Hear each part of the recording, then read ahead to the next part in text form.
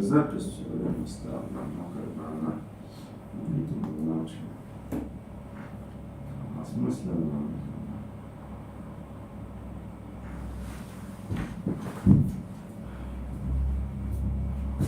Посмотрим.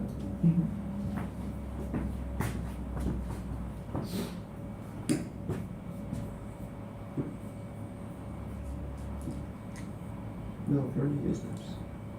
Да, ну давайте я быстренько напомню, что мы делали здесь. Ну, дело в том, что вот, ну как бы, каким образом мы предполагали, что группа классов будет конечна? Ну, это было основано на двух соображениях. Все видно, экран, да? Там? Ага, да. Ну, только, наверное, на английском, да. Да. Yeah, so let us recall what is how we are going to prove that the class group is finite. Yeah, so the trick is to do the following. So we have noticed two things first of all.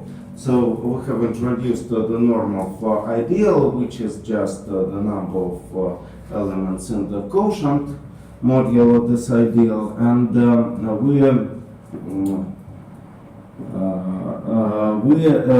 first of all, we proved that if you bound the norm, then the number of such ideals, so if you consider the algebraic numbers, so the finite extensions of Z, yeah, so this number is bounded.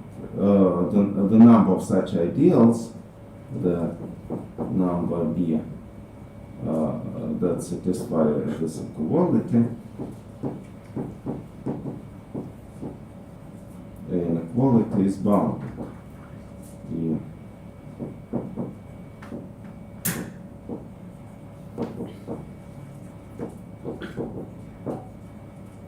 Is finite. Yeah? So we bound to the norm and we prove that the number of such ideals is finite. So the idea is to find to each ideal, we have to find the equivalent ideal of with a bounded norm. But here we do slightly different thing, but very slightly. Yeah. So we say that so instead of finding the representative for A itself. Yeah, so we find the representative for A inverse. Yeah, and since you can generate the group either by A or by an inverse, it doesn't matter. So the idea is to find such B. Yeah, so if we want to find B which is equivalent to A inverse. Yeah, so in the class group, so B should be C times A inverse, and it will follow from inequality that A times B is Xi, where Xi is supposed to be, so here it is sufficient to find it from OK, yeah, so from integer numbers. However, notice that, I mean, when we consider class group, we could have fractions, yeah, so in the equivalence class we should have Xi from K, but not from algebraic integers, but it will be, we require more strict property. And notice that this equality is equivalent to the following, so you just, it is sufficient to find Xi, yeah? So it is just sufficient to find Xi inside A, which is integer number, and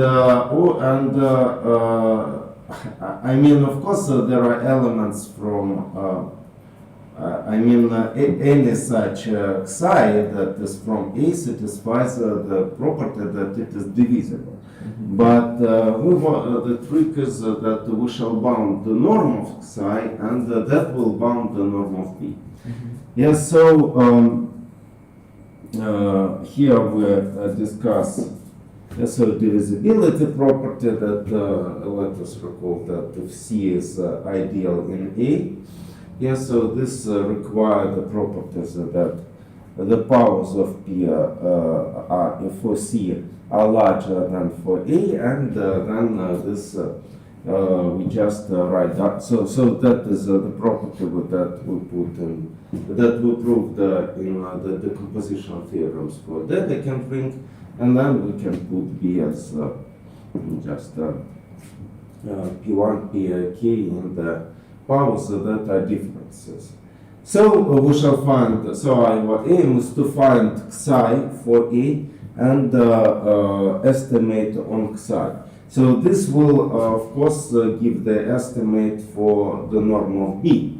Yes, so the norm of B is, so the norm of ideals is multiplicative, so you notice that if norm of B times norm of A is equal to norm of psi, and it is no, as we have noticed, and it was most important part, that norm of the element is equal to the norm of ideal. Yeah. So of course, by the norm of the element, we need we think of ideal generated by this number. Yeah. Mm-hmm. So of course, yeah. So that the norm is also the norm, but here, yeah. So no, just. So of course, so here notice that psi plays roles of the generator of the ideal. So psi is defined up to unit, up to a unit, and multiplication by unit doesn't change norm of the element. Yeah. So and notice that.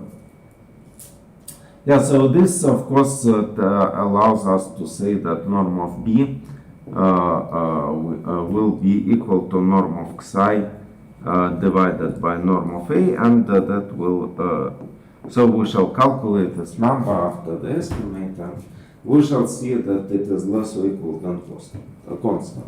So aim, aim is to find psi, so that will be so such that it will be less than C for universal constant.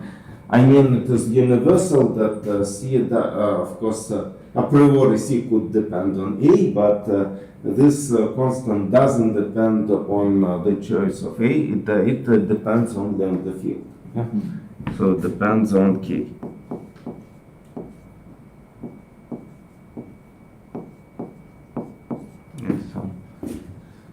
So the first step was to do the following. So first step was to take the box. Yes, so we take the box C, and this was we had notice that for since Z was so is principal ideal domain, we could say that the ring OK is just isomorphic to Z to the power n, and this is isomorphic.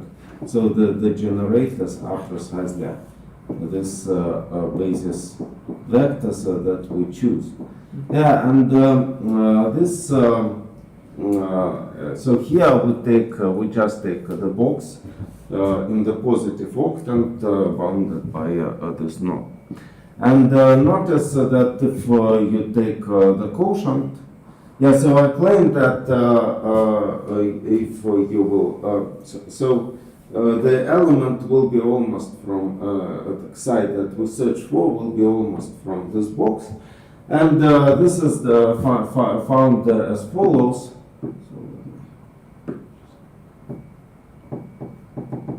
So this is found as follows. So this is found by simply by Dirichlet principle. Yeah. So this is just you take off K, you map it to the quotient. You know that this is finite group of order precisely on K, and that is the reason why one of the reasons why I introduced the norm like this here. So this box will be mapped to this finite group. And notice that the number of elements in the box is what? It is equal to the maximal possible attained number in the power n. So it is bigger or equal than degree than the norm. Yes, just because you multiply so you multiply these numbers, you get a number. So this tells you the following, that you will have two elements. By Dirichlet principle, the number of elements more in this box, there are more elements than in the group where we map in the finite group. So they will map to the same class, meaning that the difference is just an A. Right? So if you look precisely of how Xi looks from the viewpoint of the box, it is difference of two elements in the box. The difference, of course, can be positive or negative, it depends, but still the norm of each element in the notation will be bounded by the maximal value between A and B, and that will. So this is of course because they are positive, yeah. So just we have two numbers, and the difference is smaller than maximum.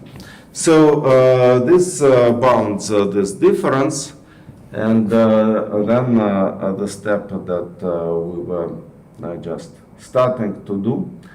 Yeah, so it is now we estimate the norm. Yeah, so the norm is estimated via the observation that we have formula for norm, and it is a product of application of all embeddings of K into algebraic closure to the number psi. Yeah? So I have written it out, and we can bound this number by the following. So first of all, so this is all these are Euclidean norms. Yeah, so this is not p-additive norms. So these are Euclidean. So of course that it results into the following. So it is not a maximum along the numbers that are standing, but it is n times maximum, because there are n elements in the basis, so which is precisely the degree of algebraic extension, and maximum of Ci and times maximum of positive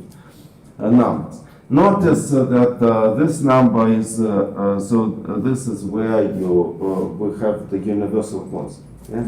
So here it is, does not depend on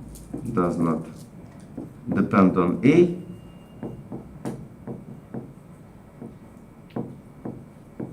On ideal A.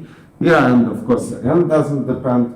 And so this is one part of the product. So this is what? There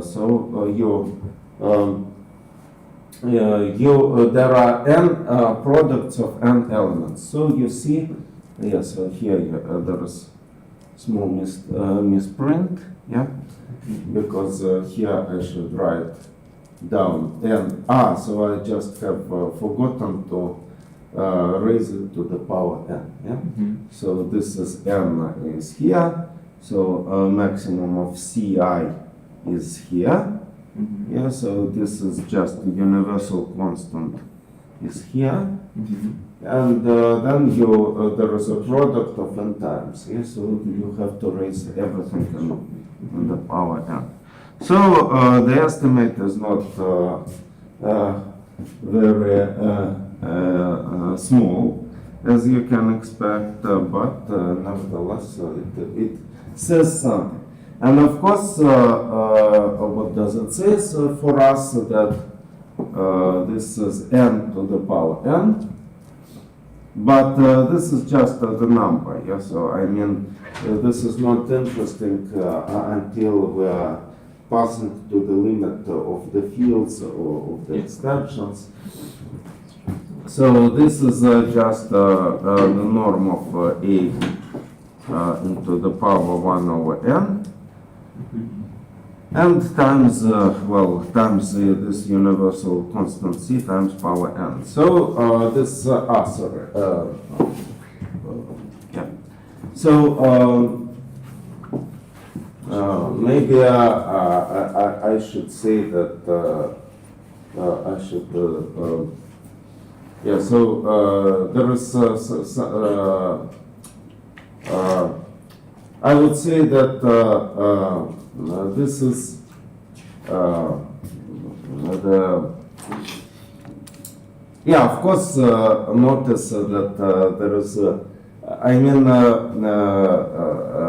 n plus 1 n e in the power 1 over n plus 1 in the power n. Of course, it is not n e itself. Yeah, but notice that I mean, I do not want to say that I bounded by twice of this number, but I mean that.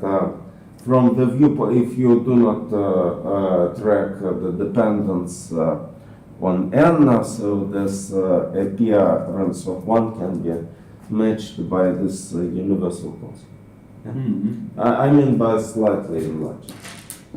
Well, but it's appearance of 1. If we take the power to the n, it will. Well, will be some norm of a to some power. Yeah, but this power is, I mean, is less. I mean, if you 1. take the constant twice, yes, also, then it will be.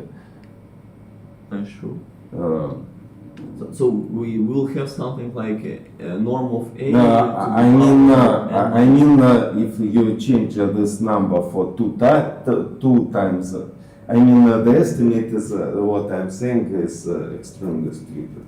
I mean, if I take this number twice this number, then the universal constant will be spoiled by 2 to the power n. And I mean, if you do not track the dependence of n, this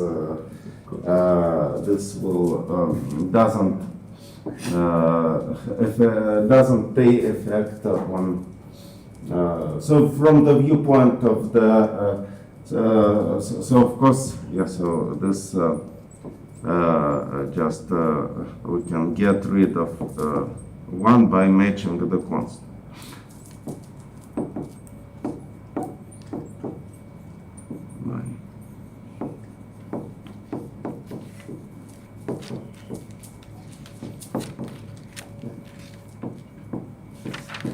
Yeah, so of course, yes. So the problem that I just wanted to take sufficiently. I mean, that is the choice of the box, and of course, I need this box to have larger number of elements.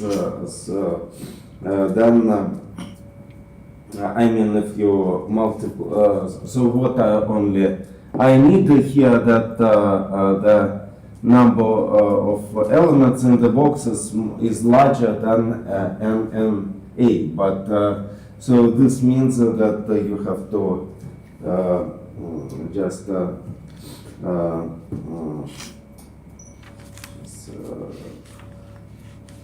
я забыл как распределить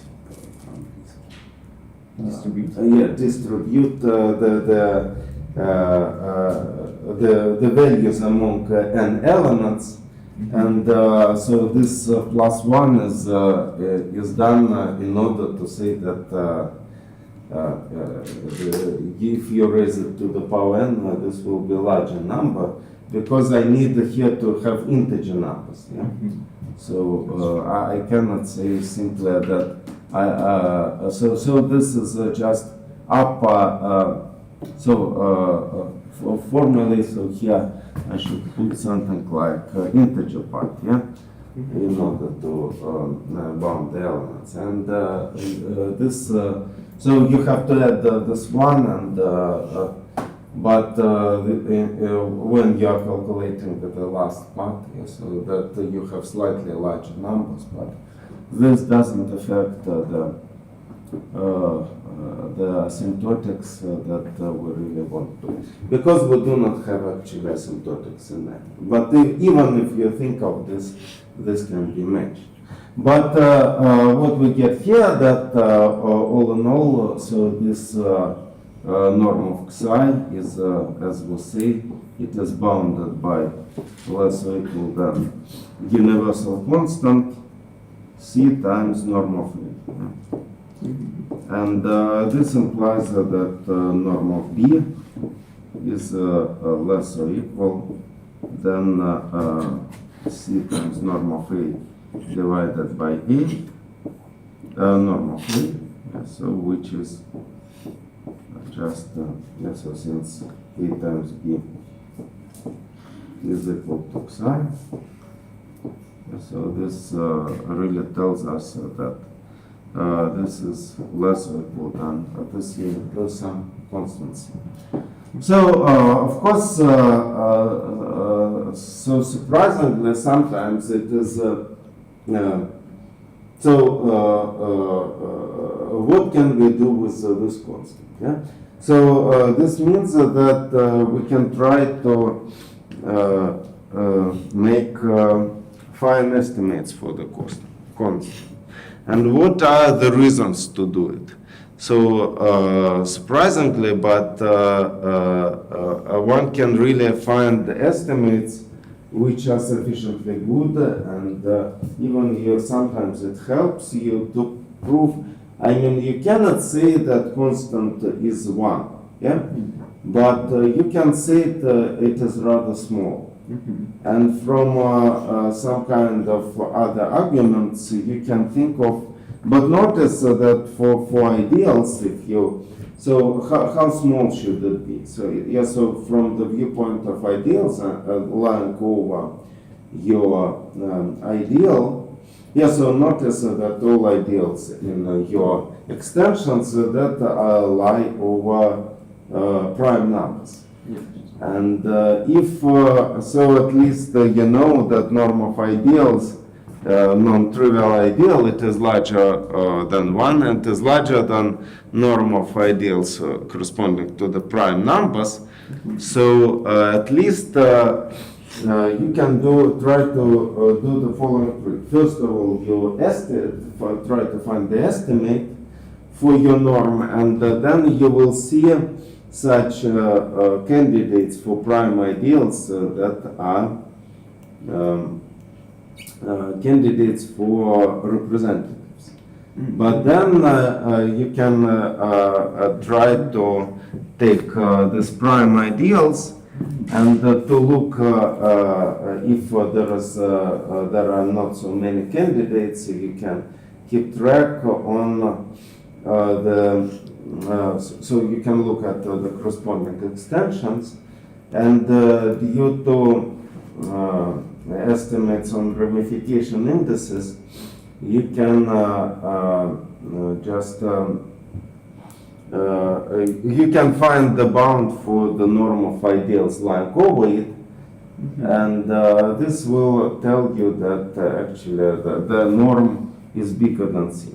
And if you do not find prime ideals that are lying over, so with the small norm, of course, you will not find the ideals with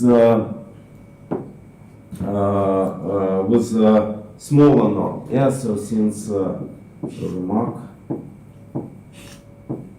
so let me write this down. That aim. So sometimes we can find. Sometimes one can try to find and estimate for C. Then we get the norm of B. So B is usual ideal. I mean, it is not fractional ideal. So it will be less than constant. So this will, and this constant is sufficiently small. So there will be some primes that are smaller than constant, and we notice that we can write n b as the product of primes in some positive numbers. So if we see that this so if this inequality, so if NP is not possible for prime ideals, is not possible for prime ideals,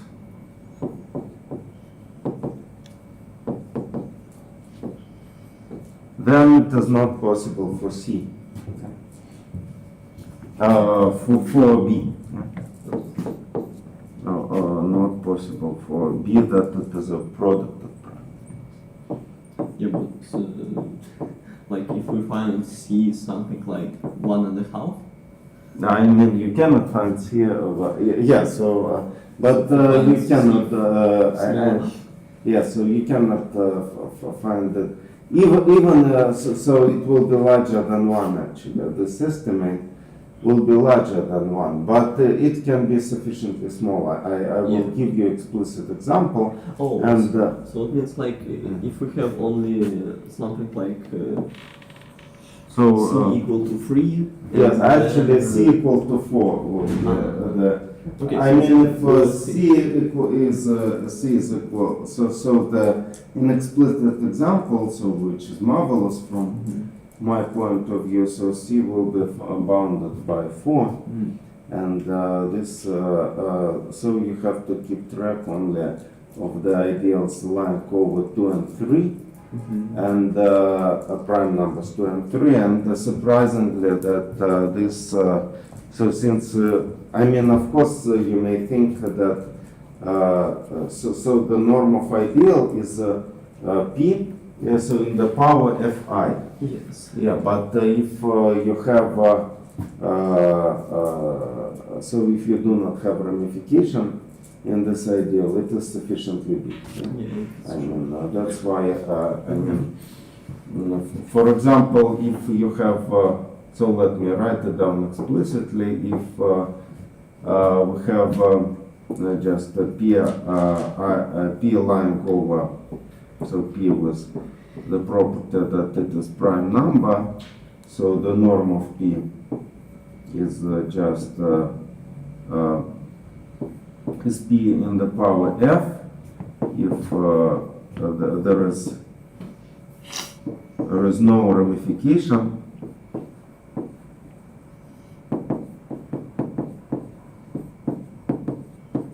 E and if you have so notice that the formula is like this, so that n is the sum of numbers ei, fi, where n is the degree of the extension.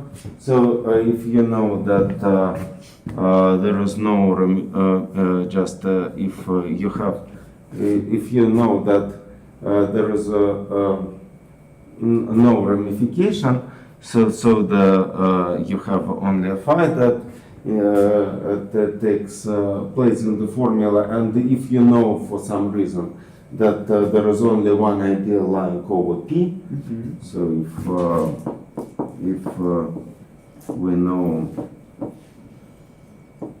that there are small number of ideals lying over P,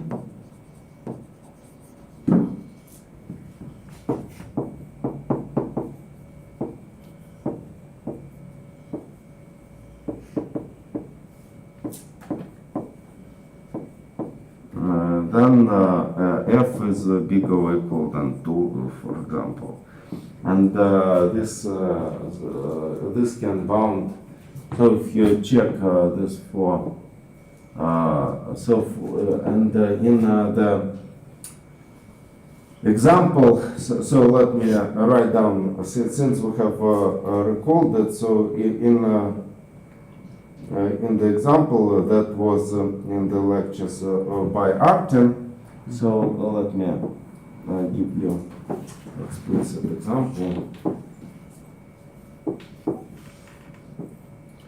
So you have the polynomial, so here of degree 5. Yeah, so discriminant was huge enough.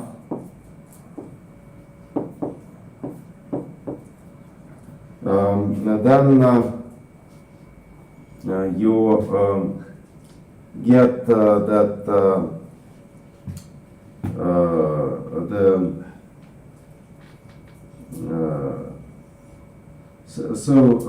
you get that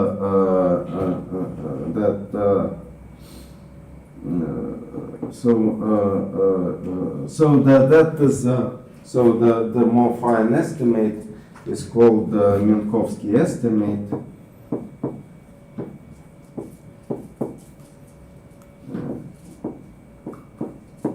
That we shall discuss in a second, that n of beta is less than 4, and this is precisely what we were talking about. And so if you look at the corresponding ramification, that you will see. So you have to analyze the ramification for p equal to 2 and 3. So of course, yeah, because otherwise the primes are just larger. The next is 5, and so analysis, as I say, so of ramification proves that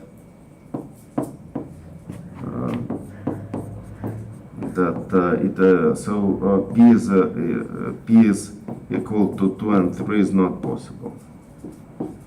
Not possible for norms. For ideals lying over P.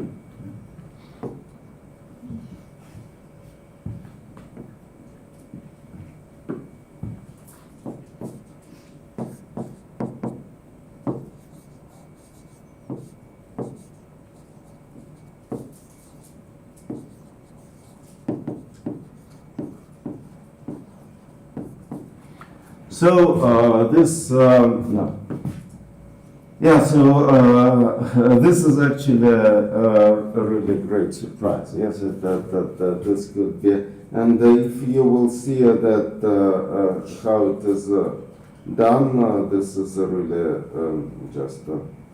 this is really surprising, because the estimate seems to be not very fine, I would say. So then let me start so saying something about this famous Minkowski lemma. So maybe let's just make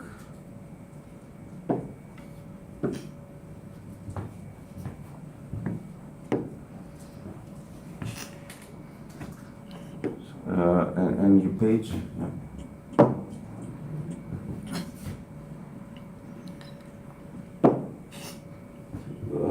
Usually two large files makes the system just halt, and so let us discuss Minkowski lemma. This is very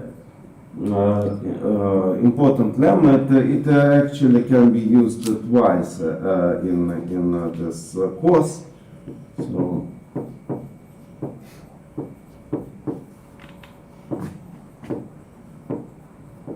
and it is actually a very nice and beautiful lemma. So first of all, let us recall that the norm of psi is so again, the formula looks like this, and so where the product is taken over sigma of psi, where sigma just is embedding embeds k inside q bar. And so here we have to just analyze slightly how this embeddings should look like. Notice that already what is q bar, of course. So I mean,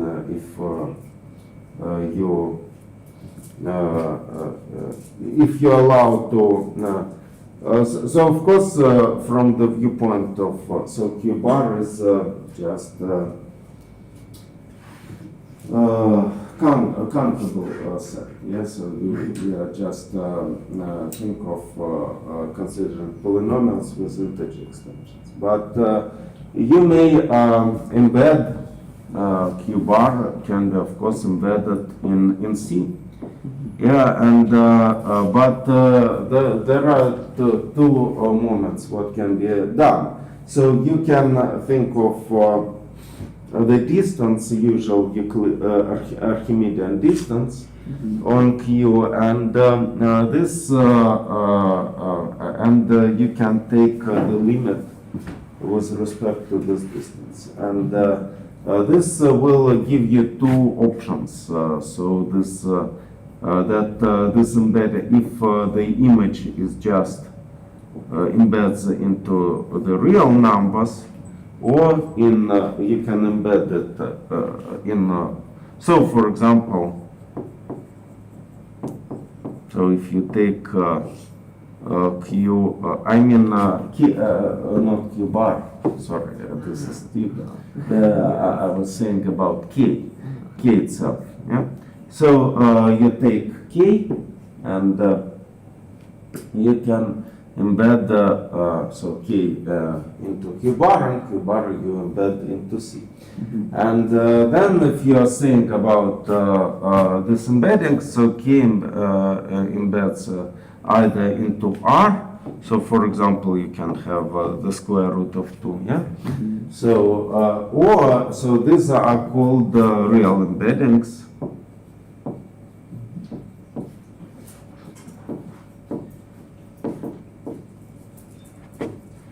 So this the number of such embeddings is denoted by R, small r.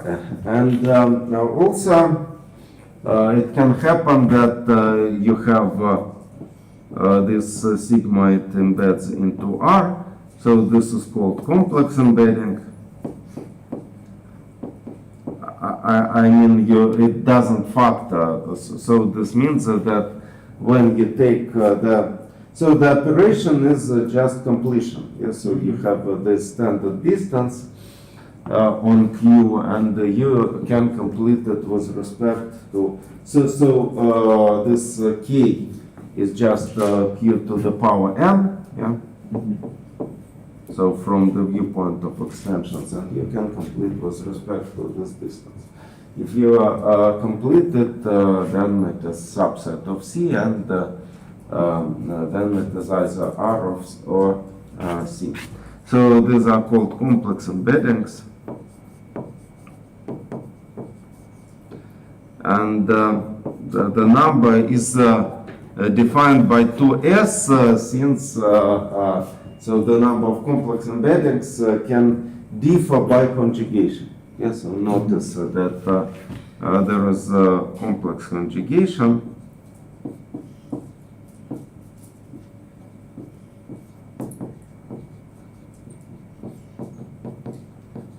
It acts, so you can map side to side over line, so it acts on the set of embeddings. So that means that embeddings here, they come into the pairs.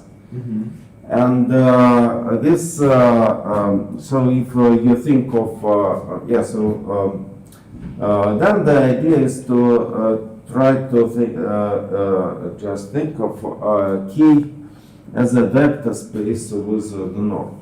If you think about K as the vector space with the norm, yeah, so you can multiply it with R over Q, yeah. So this will be on one hand k is the r to the power n, and it will be just r to the power the degree of the extension. Yeah, so n was the degree of extension of k over q.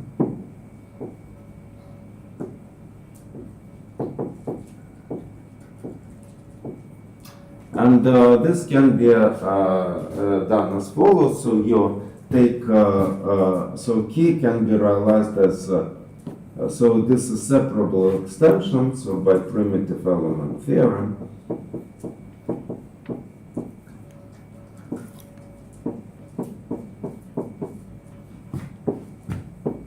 So k is just the k, so just q is added alpha, modulo the polynomial f of x. And f of x, so if you tensor it with r, then it will be decomposed into, just this written badly, of course. So q of x modulo f of x, where just f of alpha is equal to 0 for, and this is just adding a q alpha. So the element alpha, this alpha is primitive element, yeah? And the f is a minimal polynomial.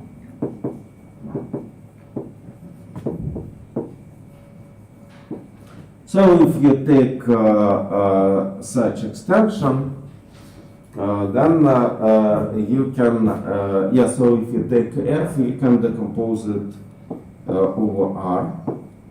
Then you can decompose it to the product. So notice that this can be done in more general setting. So so I shall write it that over r it is decomposed by the linear sum of factors x times r and quadratic factors. The quadratic factors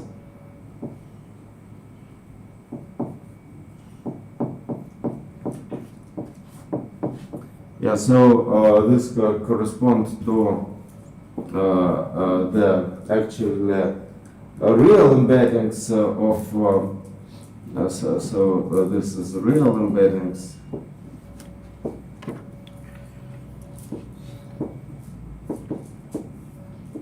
And this corresponds to the complex embeddings.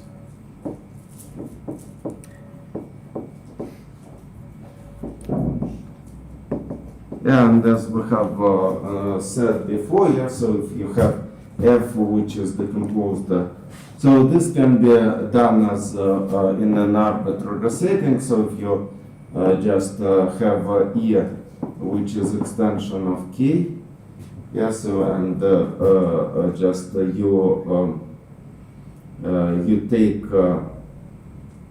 so this is generated by polynomial f. So you can take, this is just k of x modulo f. So if you take the f is minimal, so it is reducible, but over some intermediate field f, it can be decomposed into the product. So decomposition into irreducible polynomials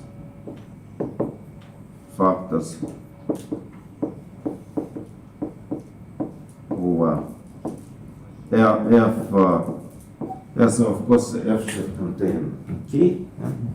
So over intermediate field, and this allows to say that this product, as I have said, that you are taking e and tensor it over k on f. It is just the composition of algebra k of x over f multiplied by tensoring by f over over k, so that is taking f over x modular f, and you apply Chinese remainder theorem to decompose it as the product. So notice that we did this when we studied operators for the trace. Yeah? So we have noticed that when you have multiplication by alpha, when you tensor it by algebraic closure, in each factor it is multiplication by the corresponding alpha modulo of this factor. So you have this decomposition, and this is precisely R or C. So that means that this product that we have here, it will be R to the power R plus, and so here notice that complex conjugations, they come in pairs, and already the pair gives you one copy of complex numbers, so that will be C in the power S. If you think of the map, so that is done by the complex embeddings, this is of course map that maps k into the sigma to the power n, but this is not, we do not need all the factors here. Yeah? So, let me write this down, that when we take this embedding of k into the k tensor R over Q. Yes, so it is, yes, sorry, this is, I didn't want to say this. So I wanted to say that you can map it to the copies of C. Yes, so to n copies of C by n copies. By saying that you take psi and you put sigma 1 of psi, etc., sigma n of psi, but then you may think of this as you instead of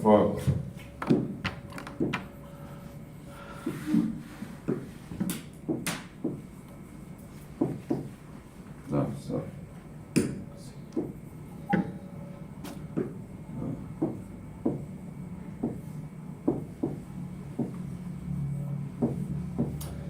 So you're making actually like this, and here you can calculate the norm. But it is more convenient to notice that you can map the same psi. So k, you can embed k into k tensor R. Yeah? And here you can do the following. So here you can take the standard metric, just like by the sum of squares. Yeah, so standard Euclidean metric.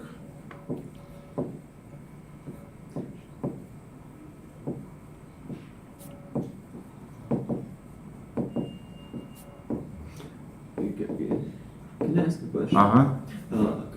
Can you move a little upper when you have this that real numbers to the power of n equal to k tensor of r over q?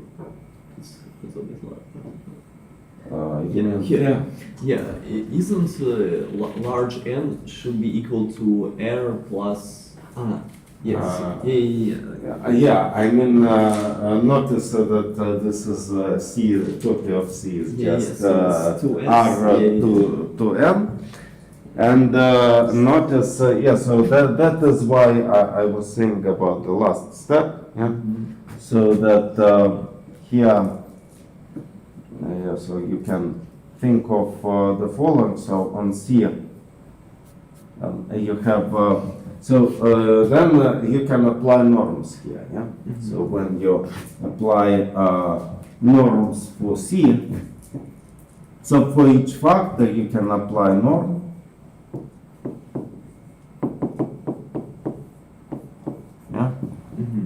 So this will say so the module, yes, so that you are taking the modules, and here you will have the factors with the same. Actually, was the so here the fact when you just apply the standard norm, the norm for embedding and conjugate embedding will be the same. And this embedding, yes, so it is just thinking of precisely sigma. So sigma embeds, you may view that you have a sigma and sigma conjugate of psi, and there are some so sigma of psi and sigma conjugate of psi. So it embeds your field in the copy of the corresponding copy of C. Yeah, so this is embedding of the map of the field to the corresponding copy of C, but it sits there not quite linear, yeah? Because so multiplication here it is multiplication by I, and here by I conjugate. So it is like if you think of embedding of C, it is if you complexify this, yeah, so this is embedding of C into the two copies of C, which is not algebraic. This is, it is I mean, not C linear, yeah. So this is, I mean. So this means that yeah, so when you are applying norm, so this means that you can take this space and project it. I mean, when you map K into the sum of spaces, you can project it to the small space, and the projection will be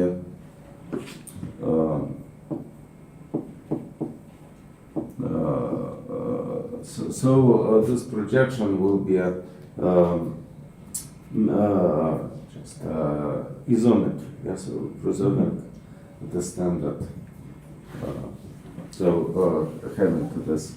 So you use, you think of this projection as a metric. So you introduce metric in K times R via this observation. Yes, so that you know that this map is isometry. Yeah, and here you mean K times R as the right side. R plus R n times, yeah? So what is this map? What's this map? This one? Yeah. This is just, I mean, this is, I would say that...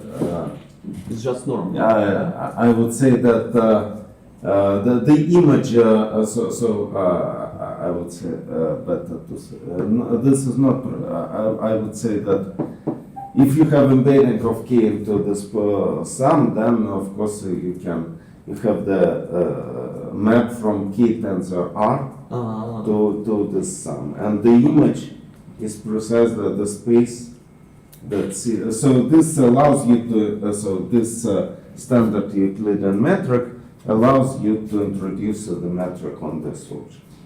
Yeah, so you like say that it's factors through K tensor R. This map that we write on the upper side of desk, it factors through K tensor R. Yeah, and this is embedded. Yeah. So this so standard metric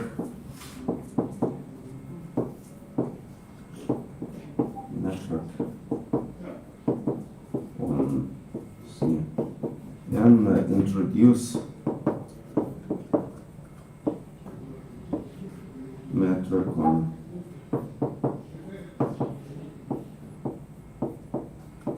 the by this inclusion. So this Yeah, so I mean, this this picture is better because it looks to be more standard. Yeah, so here, of course, in order to speak about this copy of C, it is defined up to application of the conjugate. Yeah?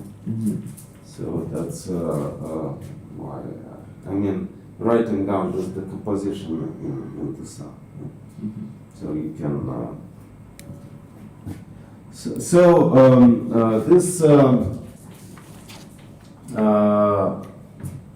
Yeah. So this tells you what is the Euclidean metric on K tensor R, and what problem do we solve? So we have. Yeah, and so the notice the dimension of the K itself is isomorphic to.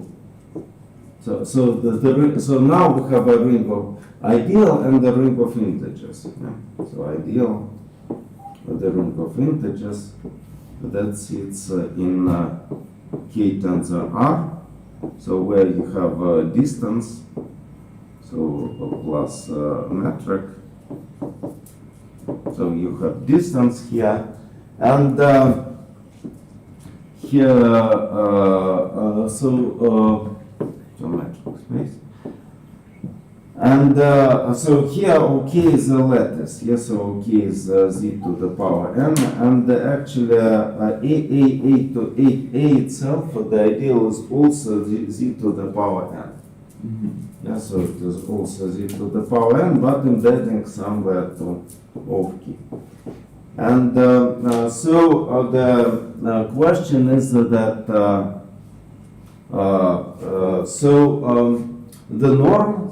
the norm is some so it is a function on the space can be viewed as a function on K over R. Yeah. So it is just you map it to the product of functions. Yeah. So you may think as the norm. So you have K embedding into the K times R, and so this is now the copies of. Yeah, so this can be thought of embedding of this inside C to the power n, and here you have just the product of elements. Yeah, so you have collection of coordinates, and you have a function which is just a product of elements. So the just z1, etc. Zn. Yeah, so this is a map to C, but the composition will be actually the map to R, because you have the elements which comes with their conjugates. Yeah?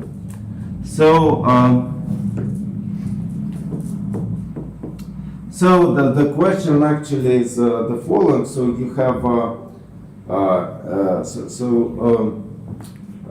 you may think, of course, of the norm is the restriction of this function. Yeah, so that just so you have the vector space over R. You have the function. And so you can think as an abstract thing that you have gamma. So this is lattice. So lattice is z to the power n. So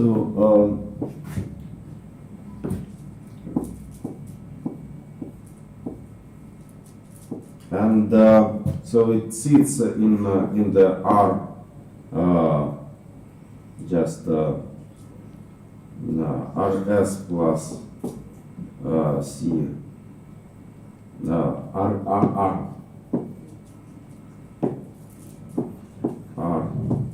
plus CS.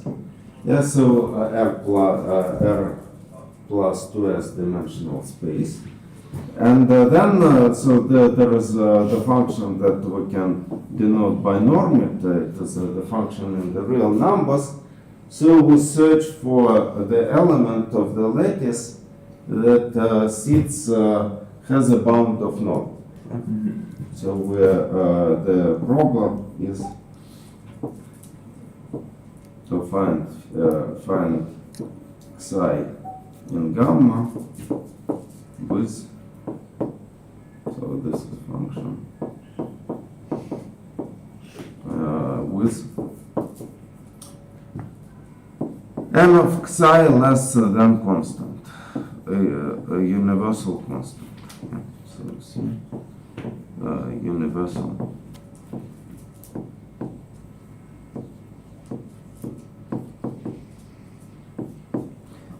That of course should depend on embedding of the lattice, and the question is how to do it. So actually we are doing even more fine problem. So we have the fixed lattice like standard basis. Here you may think about the standard basis or the basis for algebraic integers. And your lattice for ideal is just some sublattice here. Yes. But it has maximal rank, meaning that n here is equal to n here. So just this is isomorphic to R plus 2s, which is R. This is R in the corresponding power of n. То есть у нас есть решетка максимального ранга, как говорится, внутри векторного пространства, и мы хотим просто понять, сколько целых точек попадает внутрь ограниченного шара с помощью функции. Yeah, but the problem that the function, so there are a few problems. So first of all, so when this problem is solved, so this problem is solved when, this is precisely the Minkowski lemma. So let me speak about now Minkowski lemma and how we are going to apply.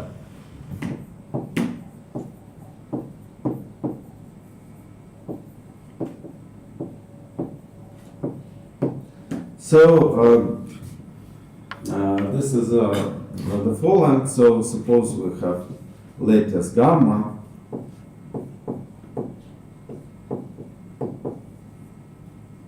Inside Rn of, so this is of maximal rank.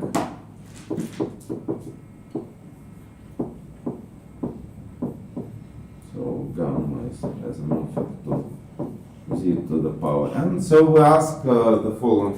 Yeah, and you have norm of, you have actually a convex figure. So convex skew symmetric figure. Convex central symmetric figure. So central symmetric фига. Сейчас давайте посмотрю, как я ее обозначил, а то я уже забыл. Yeah. C. Yeah, so convex, of course, meaning that if you have two vectors, so V1 and so V and W,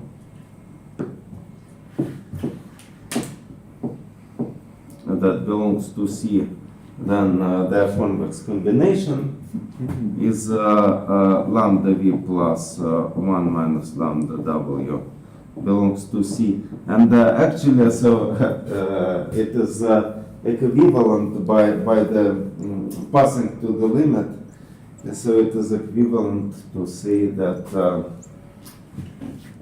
you just have to say that V plus W divided by 2 belongs to the, it is sufficient to say that the middle of the interval belongs to the figure.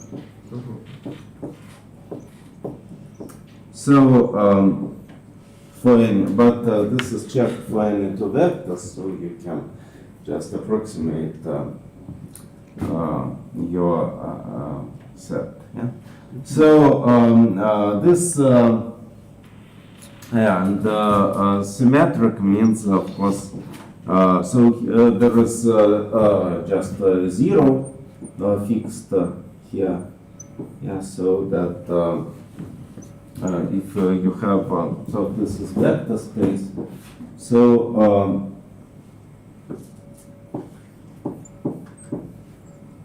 so if you have V belongs to the figure, then minus V also belongs to the figure. So I claim that there is an so notice that you can speak about volume of this figure, and so you may think about yeah. So we are taking the figure in order that the volume is well defined. In order to define volume, you have to define the lattice inside Rn. Yeah. So we fix basis.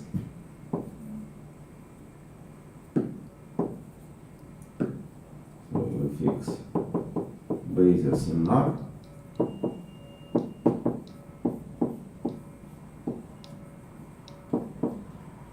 So so this gives you the ability to write down what is volume, and so you have we suppose that the volume is defined, and also you have a volume of gamma, so that is co-volume. Yeah, so the volume of gamma, it is what? So this is volume of the quotient as the object. Yeah, so that is volume of Rn modulo the lattice. So that will be the torus actually. Yeah, so from the viewpoint of topology, the product of circles. But you may think about the volume of fundamental domain. Yes, so the fundamental parallelepiped. Yes, so you can take the volume of parallelepiped spanned by basis. Yes, so E1, En is the basis of lattice. Yes, so parallelepiped.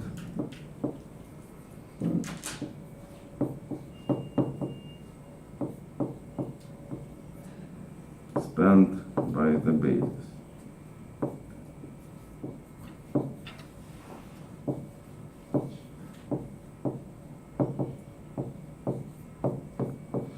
Yeah, so actually, so this is also, if you think about how these vectors are related, so there is also an exercise that this is just, so this is exercise to that, so notice that if Zn is sufficiently large, yes, so if you think of gamma as a sublattice in the, so here you pick up the standard basis, and if gamma is sublattice in the basis, so this, so since gamma is of maximal rank, then Zn modulo gamma is a definite group. Yes. And this is the number of elements in Zn modulo gamma. So this volume. I mean, the volume, of course, is a relative notion, because in order to speak about the volume, so let me denote the basis not by E here, but gamma, yeah, because you have the basis of gamma, it is better to denote by letters that just are related with gamma, and so that is the volume is the change, the determinant of change of the basis from standard basis to the base of gamma. So writing down gamma I in the standard basis, and one can see that it is really the number of elements in this book. And this is precisely, so the solution, what? So it is just writing down. So this is a theorem on diagonalization. of the module. Yeah, this is because I mean you write down gamma 1, gamma n in basis via the matrix. So Aij in standard basis.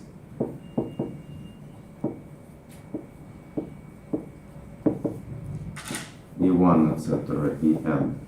And you just do linear transformations in order to diagonalize it. So by change of basis.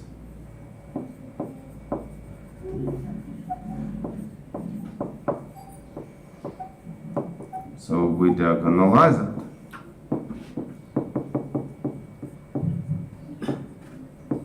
And then if you take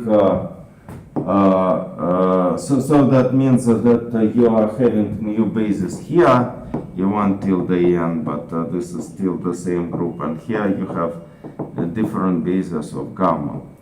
And then you see that writing down this in this standard basis, then the lattice Zn to modular gamma is isomorphic to precisely the integers. Yes.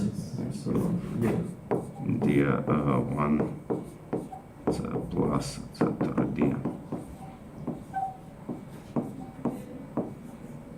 So ability to write this down in the diagonal forms really says you that the matrix so the volume is just the determinant, and determinant of so the number of elements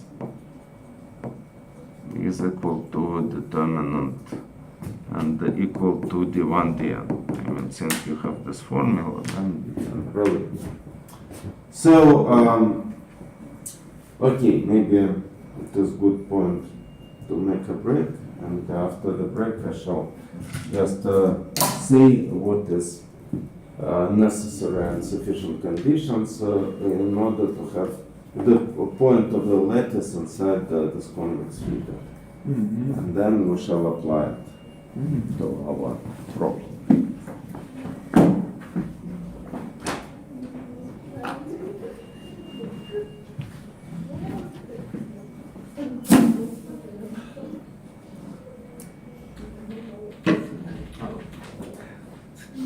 It doesn't look like so boring. Yeah. We are talking about the finite classical group. So boring part.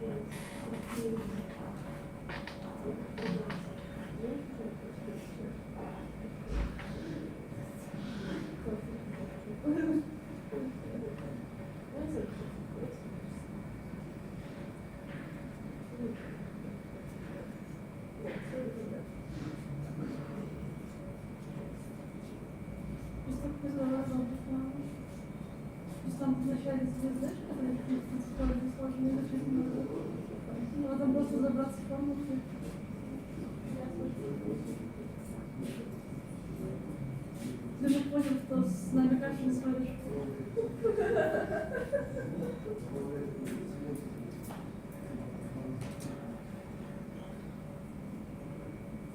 Так, значит, нужно.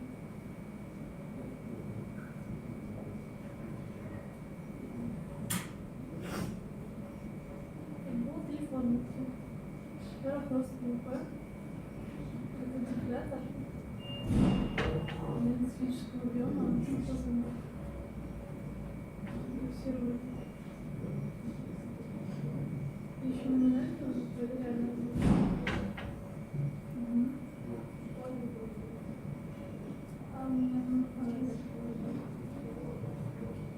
Здесь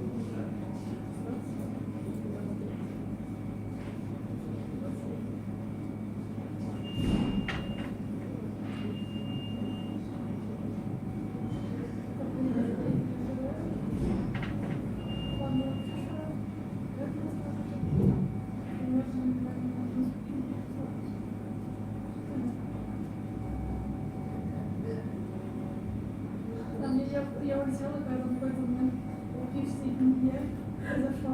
И было понятно, что не делаешь.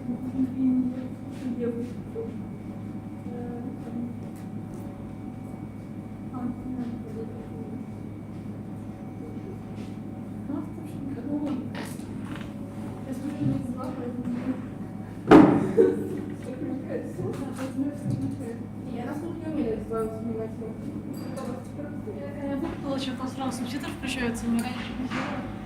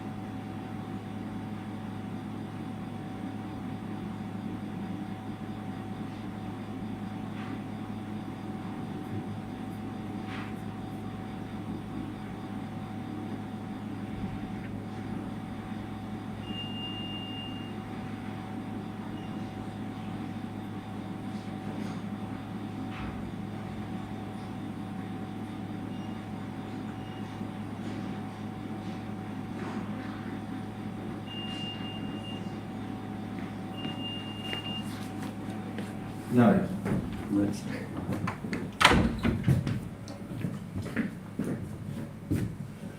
Yeah, so let us now formulate Minkowski lemma. So suppose,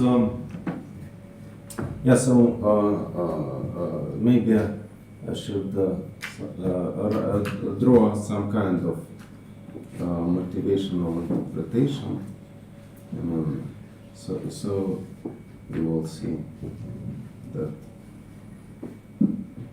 why we should expect such theorem, of course.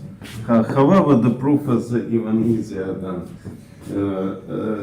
just to convince yourself that this is true. I would say it could be even more complicated than the proof. Yes, so, I mean, to guess the proof, one should do something. I mean, just I would say that we were given several problems in school. We had problem sheets in school and during our calculus, and there were a few problems that were extremely complicated for students. One was actually the diagonal method, when you just have to write down the sequences and take diagonal of the sequence. I mean, when you write down converging sequences and then you take diagonal. And the other was precisely this problem, and this was not solved. So as for myself, I haven't solved it. Nobody in the class managed to do it. Maybe also because it was not, it was formulated as the school problem, and of course the search by full just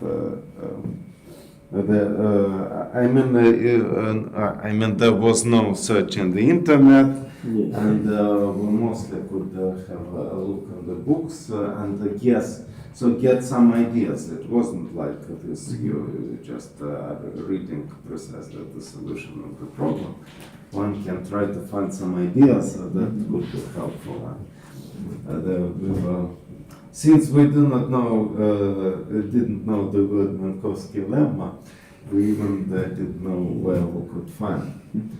And of course, nobody would read complicated books on algebraic numbers at that point.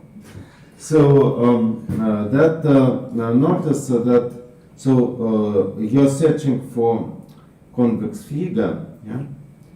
So if so the idea is that if the volume of the figure of convex symmetric figure is sufficiently large, then this lattice contains, so the figure contains lattice except zero. Yeah?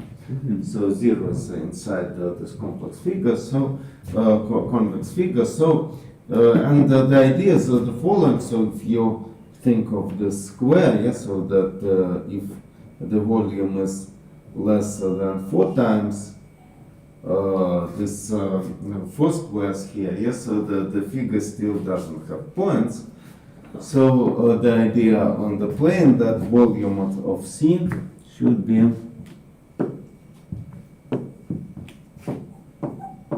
if the volume of C is bigger than 4 times volume of the lattice,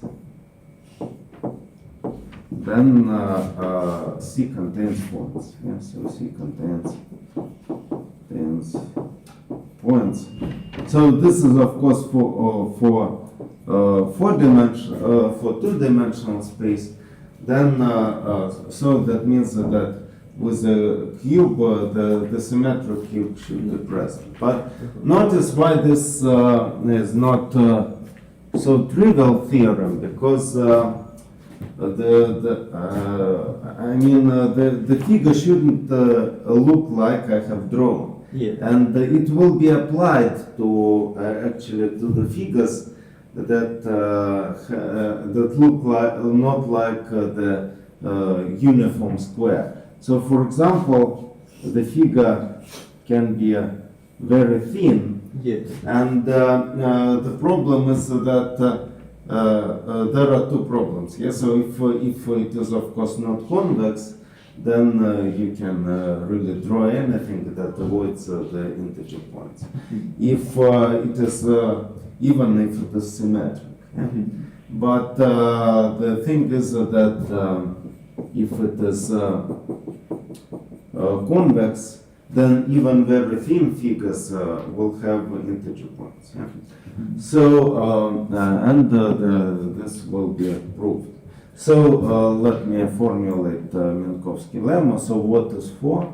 It is just 2 in the power of dimension. So, the number of, so it is precisely the thing that that we have already learned in the estimate. Yes, so if you have coordinates that sits in precisely a small square, then the difference of the coordinates lie so in the larger, twice, so the extension of the square, just by the negative coordinates. So, Minkowski.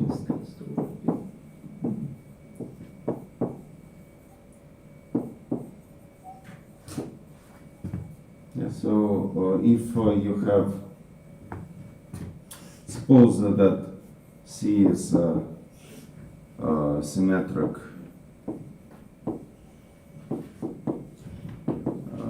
central symmetric, convex figure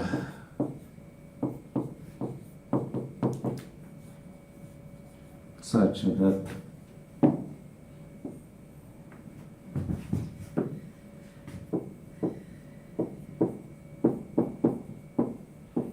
volume of C is bigger than 2 times dimension. So we start with r to the power n. So gamma is isomorphic to Zn is a lattice. So C is the complex central symmetric figure with the property that this is 2 times n volume of the lattice. Then C contains point distant from 0. Yeah, so then C contains non-zero point from the lattice.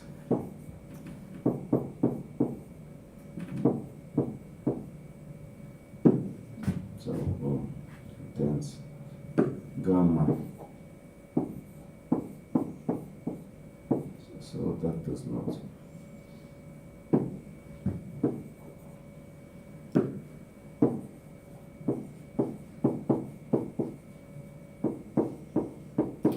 Yeah, so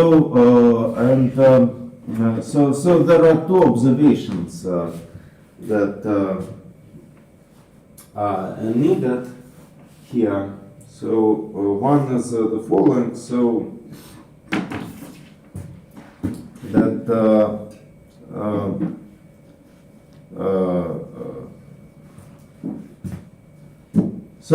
suppose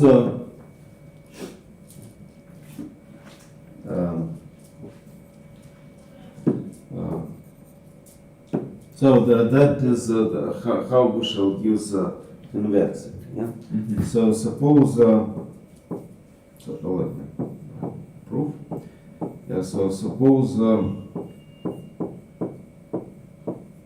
that C does not contain points.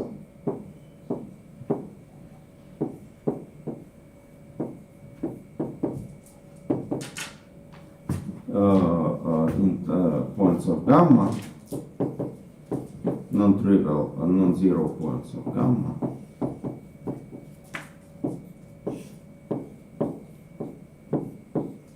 Then I claim that if you take the homotherty of the figure 1/2, So this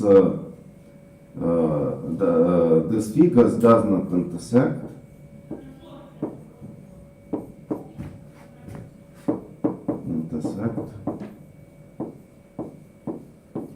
with the figure 1 over 2 C plus gamma. So the half of the figure doesn't intersect with the translation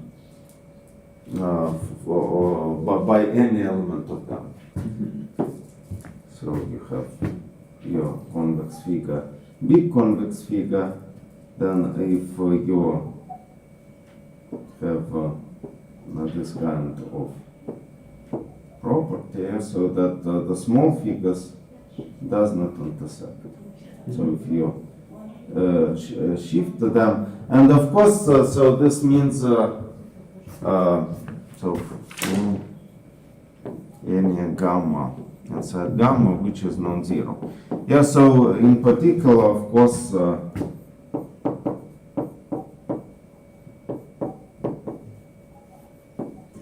So 1 over C plus gamma 1, it doesn't intersect with 1 over C plus gamma 2 for any gamma 1 not equal to gamma.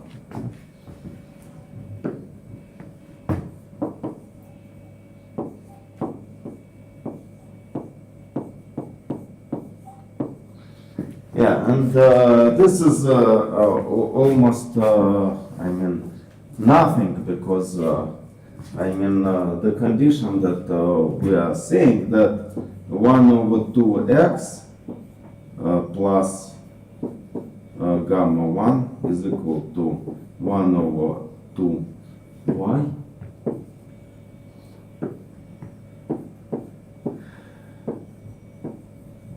Plus gamma 2, and this means that x minus y, so x and y are elements of C, so x minus 1 divided by 2 belongs to gamma, so this means that x minus 1 over 2 belongs to gamma, but minus y belongs to C, since y belongs to C, and so this is condition of being symmetric, and x plus minus 1 divided by 2 belongs to C because C is convex.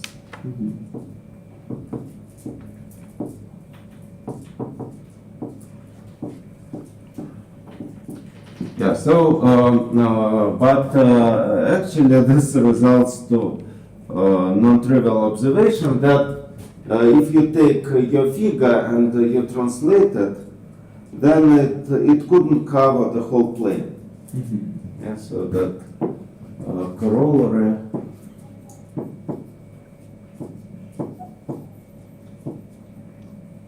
so C plus gamma 1 over C plus gamma cannot cover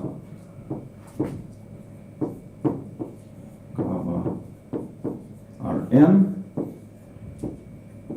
and this implies that if you take the quotient by gamma, so the image of 1 over 2C cannot cover fundamental domain.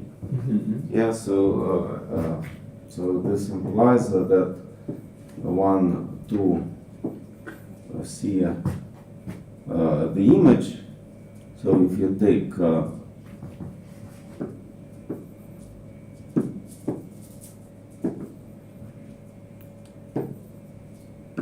take pi to be the map from Rn into Rn modulo gamma. So this means that pi of 1 to C, so pi of this union, so here I meant better to say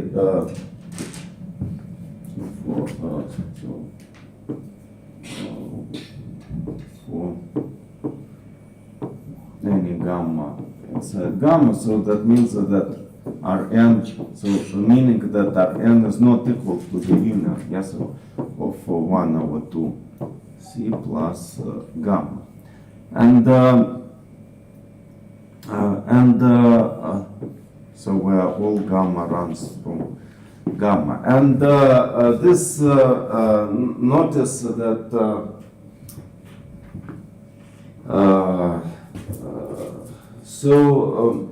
we take pi, and this means that you have so how pi map to fundamental domain.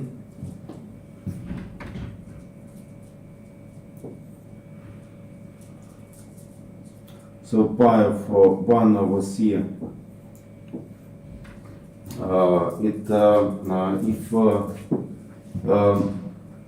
So pi over c is this map is injective. Yeah, so is injective map, since otherwise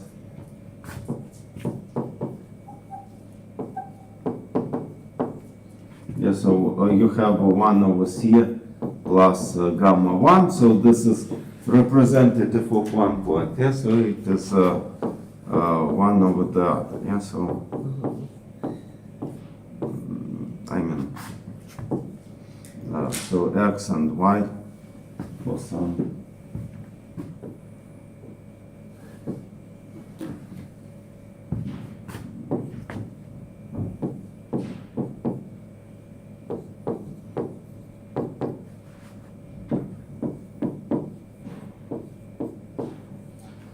and this means that you can calculate the volume of the image. Yeah? Yes.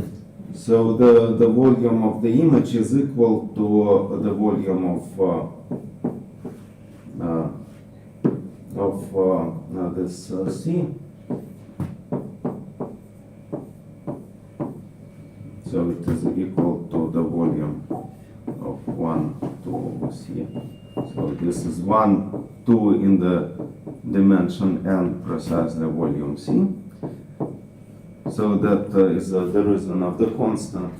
And since this translates cannot cover this thing, but so this means that this volume should be smaller. Yeah, so since we have 1, 2, C. This is not the whole thing.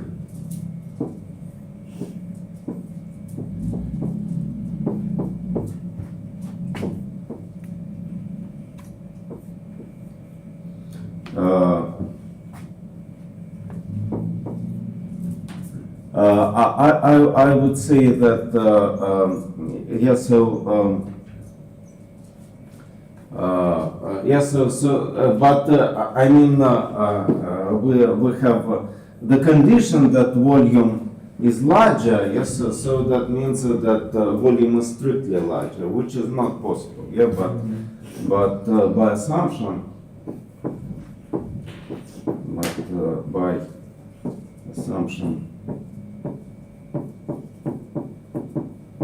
volume of pi 1 over 2 C is equal to 1 over 2 and volume of C is bigger than volume of Rn modulo gamma, then this implies contradiction, because I mean this is was supposed to be injective map, yeah, so that is contradiction.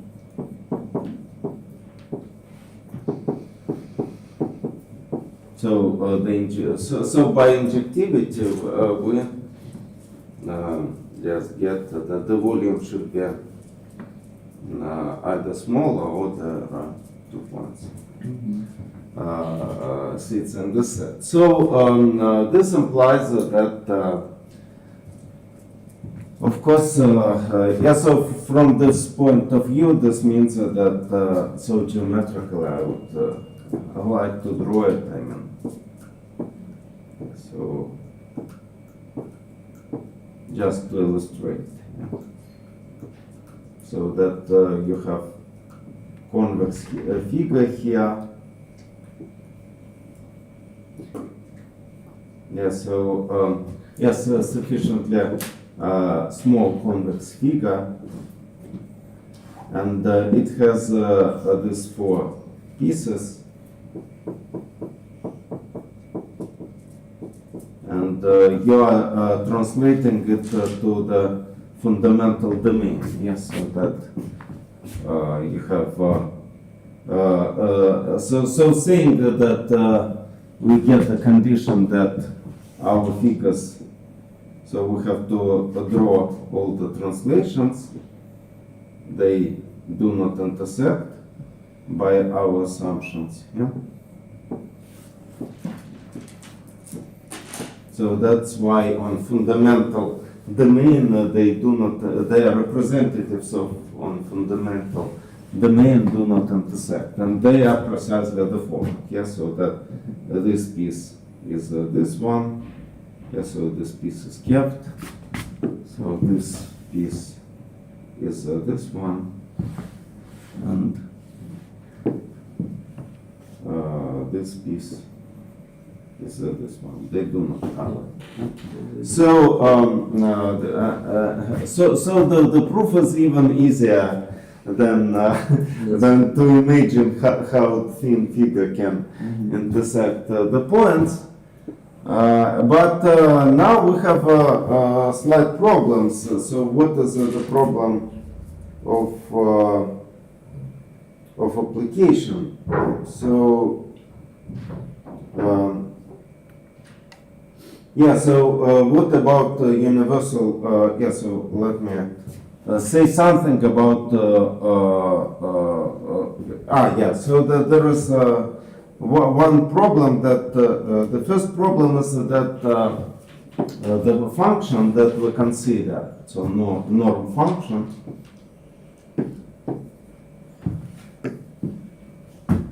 so problem should be.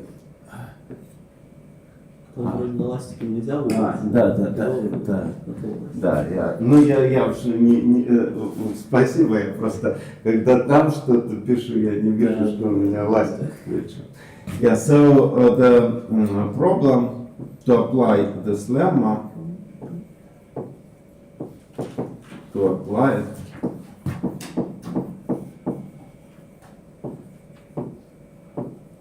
is the following, that n is not convex. The function, so n of xi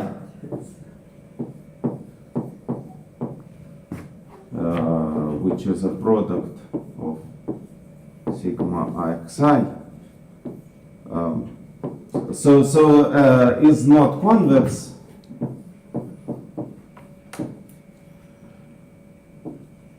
But notice that so that means that the function that so the function that maps z1 so our function is precisely the function z1 zn, so in the complex space. Yeah. So that maps it to the product of norms. Yeah, so the product of distances.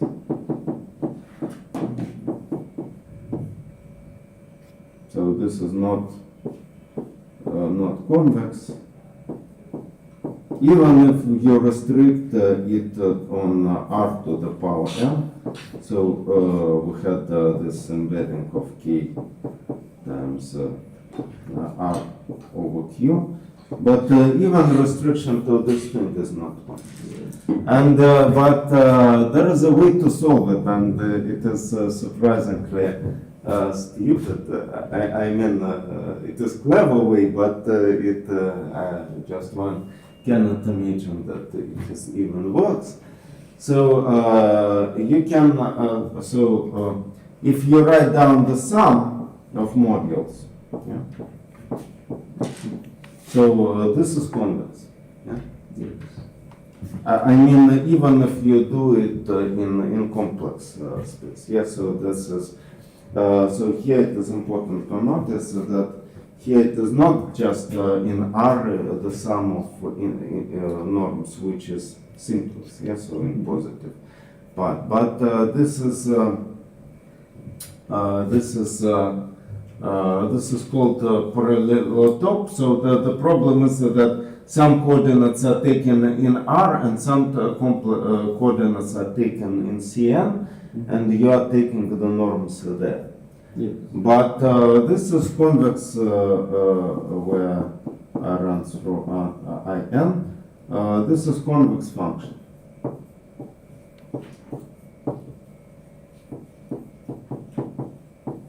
And we have the inequality between arithmetics, average of arithmetics and the average of geometric. So That's great. yeah, I mean this for me it is amazing. I mean, Yeah. yeah. So I mean the problem is that you cannot avoid norm. Norm is multiplicative, and it is the most natural function that you can relate with ideals. But it is not convex, but yeah. So this is larger or equal than the norm of vi. So just sorry, the product. Yeah.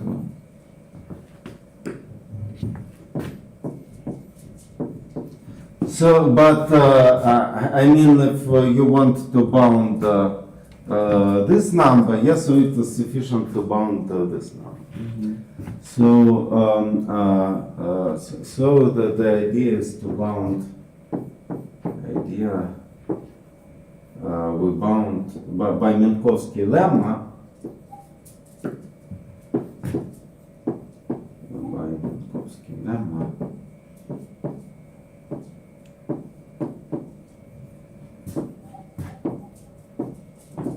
We find point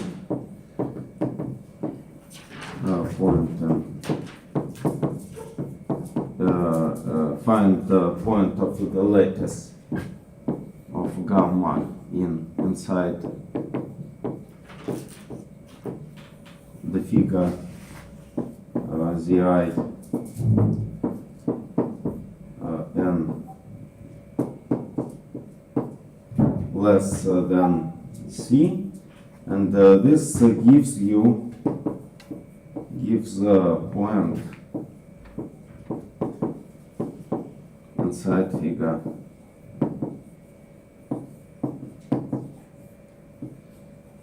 Yeah, of course, you have to multiply c and raise it to the power, but this is not so important for the general estimate. Yeah, so then it gives you the figure just less or equal than n times c, and you raise it into the power n. So this gives you element. So we'll give element,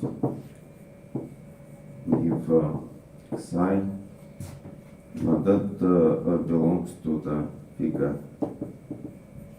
norm of psi is less or equal than n times c in the power n. And now we have to understand how we can apply this Minkowski.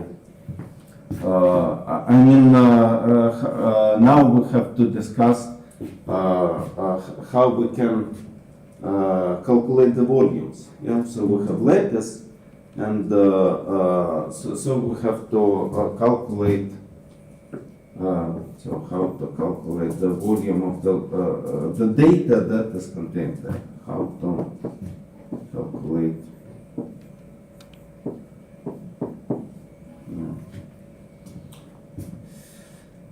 volume of gamma and the volume of the figure. So, Shouldn't there be constant divided by n? сейчас там же ну вот такое неравенство, понимаешь? Ну да, Ну, да, вот да, это да, как бы. да, да. Мгм.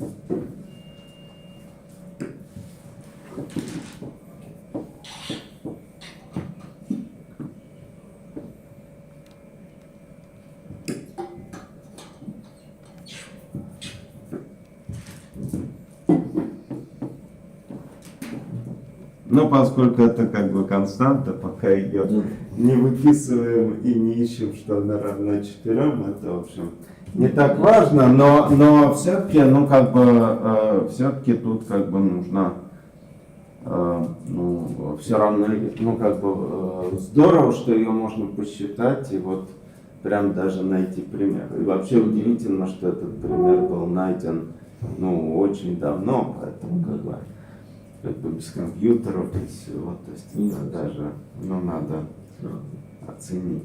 Ну, как бы не самый маленький пример, то есть там то есть там даже как бы дискриминант многочленного того, что написан, он уже не маленький. Вот, то есть уже сам дискриминант многочлен пятой степени вы уже некий труд посчитать, то есть не говоря уже о том, что вообще-то, ну, как бы сам пример найти, почему именно это. То есть, the question how to calculate volume of gamma and volume of C. So notice that there are two types of lattices. So either we have A and O. So here you have lattice A and O of K, which are which sits in K tensor R.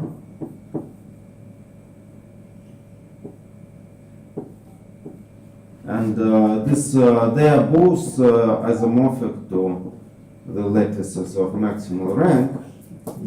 And the volume of the difference of the volume of the lattice, since one is contained in the other, is just the whole. So the volume of the quotient. Yes, so notice. I have forgotten to say that the lemma that I was discussing in terms of determinant, it was evident. Yes, so that was. So that you shouldn't have the. It was illustrational. Yeah, but the fact itself is. So you do not need anything for that. Since you should have the following. So if you have gamma 1 sits inside gamma 2, yeah, so two lattices. Then volume of gamma 2 divided by volume of gamma 1 is nothing else. It's just the volume of Rn modulo gamma 2, and this is volume of Rn modulo gamma 2, gamma 1, and you can cancel the factors. Yes, so you can say that it is gamma 1. So this is volume. The number of elements of gamma 1, of gamma 2 modulo gamma 1. Yeah. Like, I mean, that is, yeah, maybe, I mean, this is, не, но все-таки, наверное,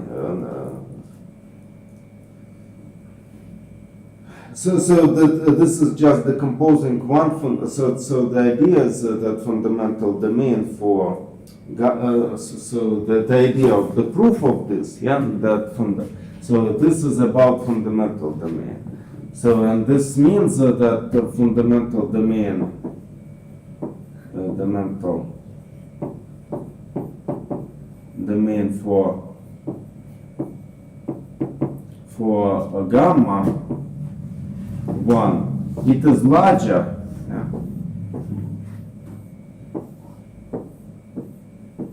And it is decomposed into the fundamental domains for gamma 2. So decomposed.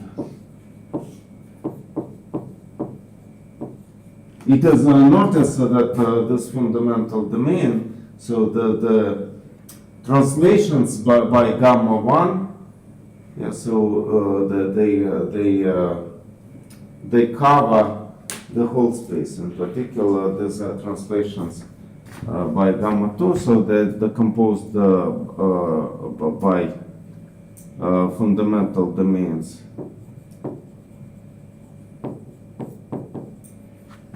Domains for gamma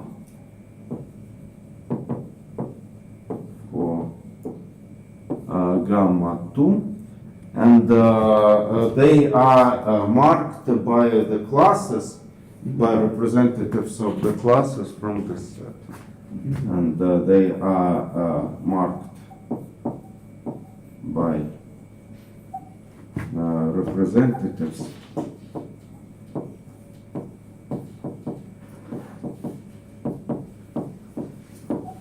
of classes from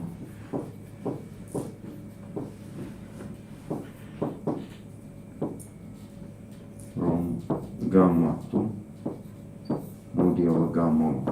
So that is the proof about, so that parallelepiped is decomposed into the union of smaller parallelepipeds. But in order to match this, I mean, what I was saying actually, it is decomposing so precisely that one parallelepiped is decomposed by the other. So the way how I have drawn it is precisely this diagonalization, because I have cut the side of one parallelepiped by the other. Yeah. However, I think that this can be said just purely.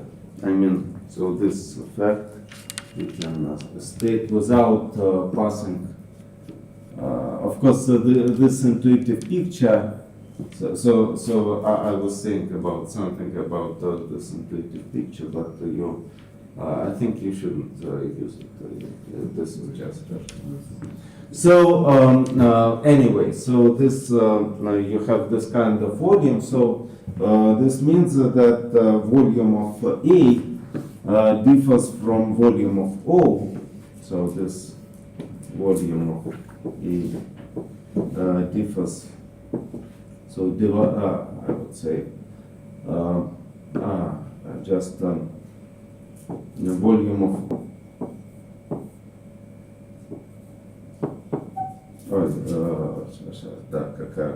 наоборот,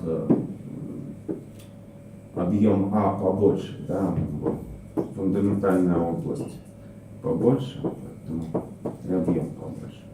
So this is precisely the norm of A. Yeah? So norm of A. Сейчас тут я тут что-то volume написал, но это имеется в виду представитель, да? Число элементов. Здесь представитель. Класс. Yeah, so this is norm of A, and so this is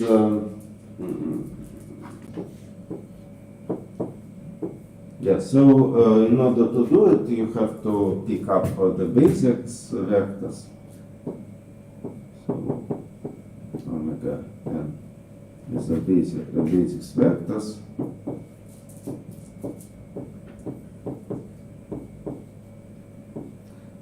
Copies of C. Yeah. So you fit them by introducing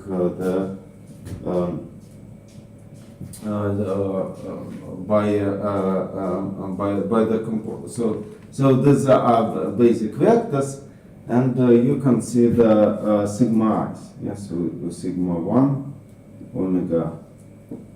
So you map one element of this form via, so omega is mapped sigma n of omega.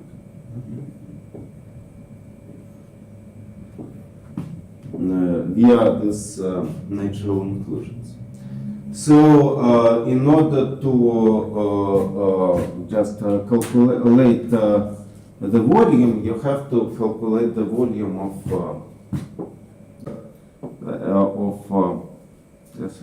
K tensor R over Q. So you have to calculate the volume of sigma I omega j. Yeah, but the thing is that this this thing. So notice that that if you have simply if you have matrix, yeah, so you can so this is just simply the G matrix. Yeah, so you can multiply A by its transpose.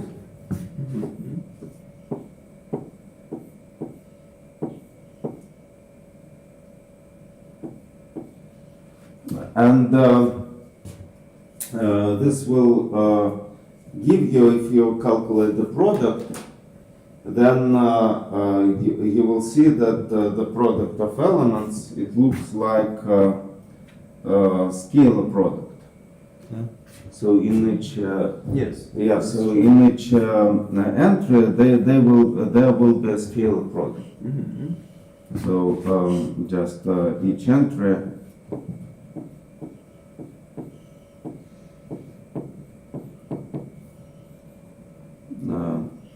will contain scalar product. Now standard scalar product. So scalar product of columns.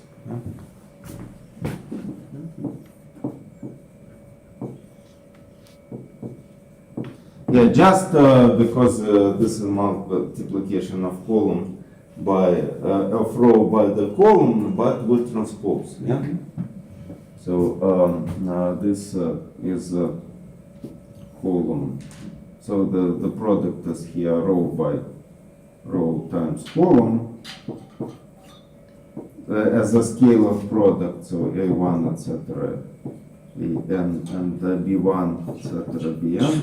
So in here you are writing down AI, BI, and you transpose, so you get the scalar product of columns. And this and if you calculate the determinant, of course, so you may think of this that here you are writing down matrix, here you are writing down the scalar product. So you may think that you may take determinant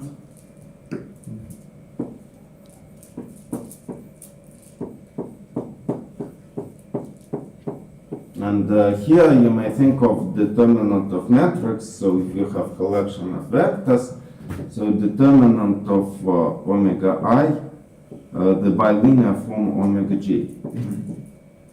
I mean, if so maybe I would say about so. Let me write down that columns.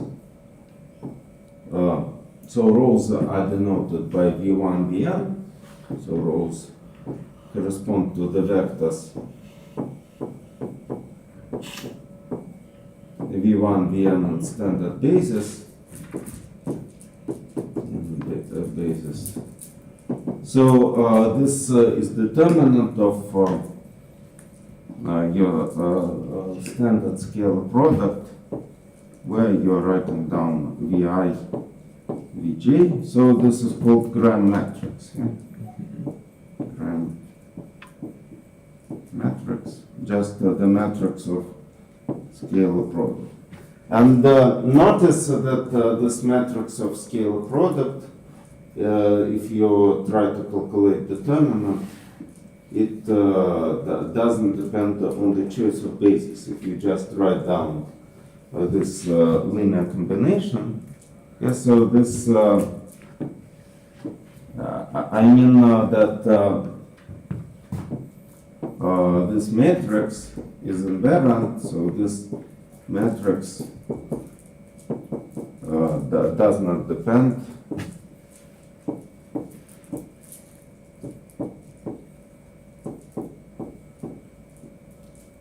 if omega I is written in standard basis or in so you do an orthogonal change so in any other basis for none, so it doesn't depend. So only in if you use orthogonal Yeah. change of basis. Yeah, that's true. Yeah. So if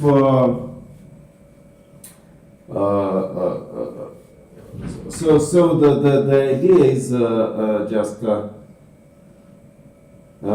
is to notice that now this scalar product so to write down this scalar product for the vectors we're considering.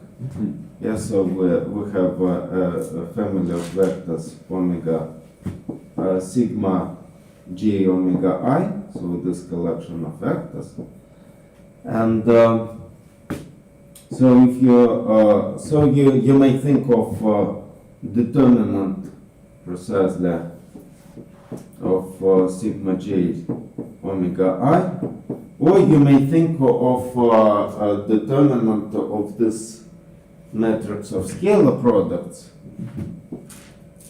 So matrix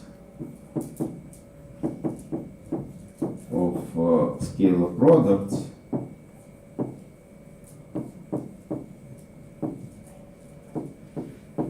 it looks like if you write this down, there will be sum over sigma i's. Yeah, so looks like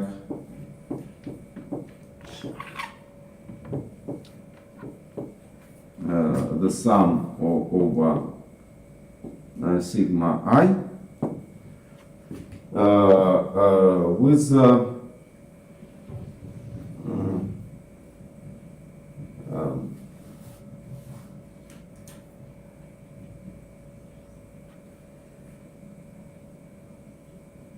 yeah, you can think of yeah. So so notice that что? Yeah, it's just sum of sigma I. Sigma I is over omega I omega j. Yes, so that means that I just wanted to write it down that the column. So if you are writing down omega I and here you are writing down omega j, the column look like sigma 1 omega I, sigma 2 omega I, and etc. sigma n omega I, and the column here looks like sigma I omega j, etc. sigma n omega j, and this sum. So when you take the scalar product of these columns, it looks like just the sum of sigma i's of omega I omega j. Well, that is and the sorry, sigma k. Yes, so the sum is over different index. So we fix omega I omega j and we write k. And this, if you think of what it is, yes, so let us recall that this is simply trace map of omega I omega j. The sum of, yeah. That's true. Я думал, вы обрадовались, потому что вот это уже увидели. Но, so the trace of psi is just the sum, yeah, so sigma I psi, where psi I runs through all the embeddings of k.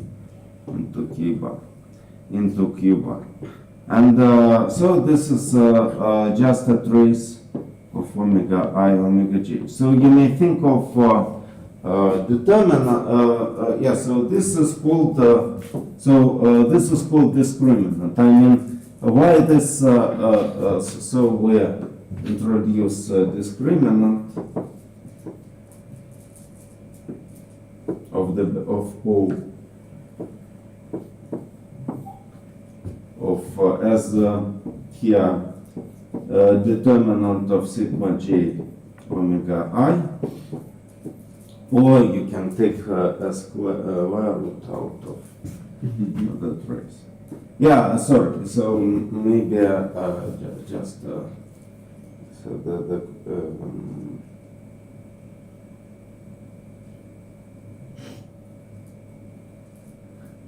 ну, тут как бы,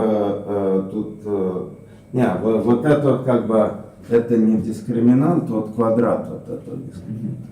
What do you mean by disk? Дискриминант, Ah, да, okay. C. Ну. Yeah, so that is the determinant of the gram matrix.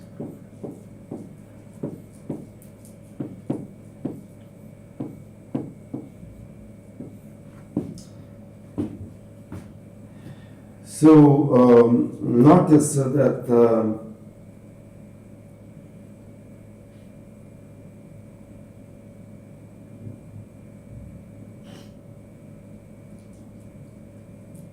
yeah, so notice that square root of determinant, yeah, so this matrix, it depends on interchanging columns. Yeah. Yes, so but why this is better, so the square doesn't depend on the choice of the basis. Yes, so if you, so the note that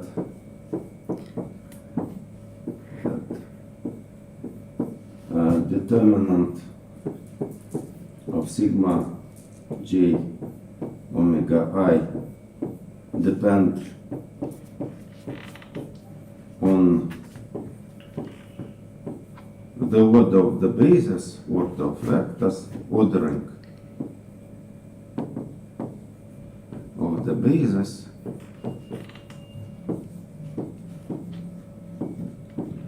but doesn't depend on adding to one vector the linear combinations of the others. Yes. Yeah. That's true.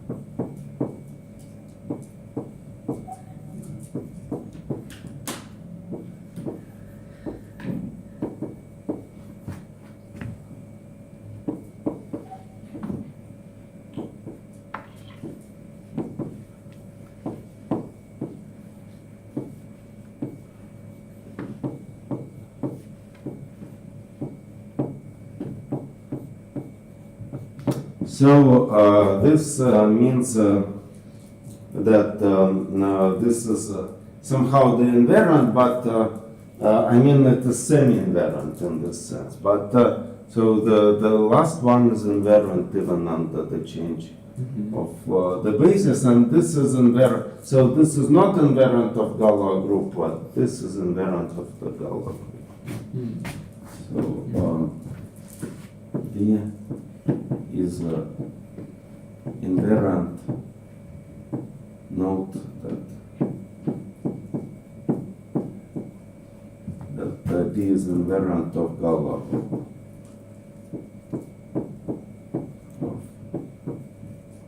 Galois group.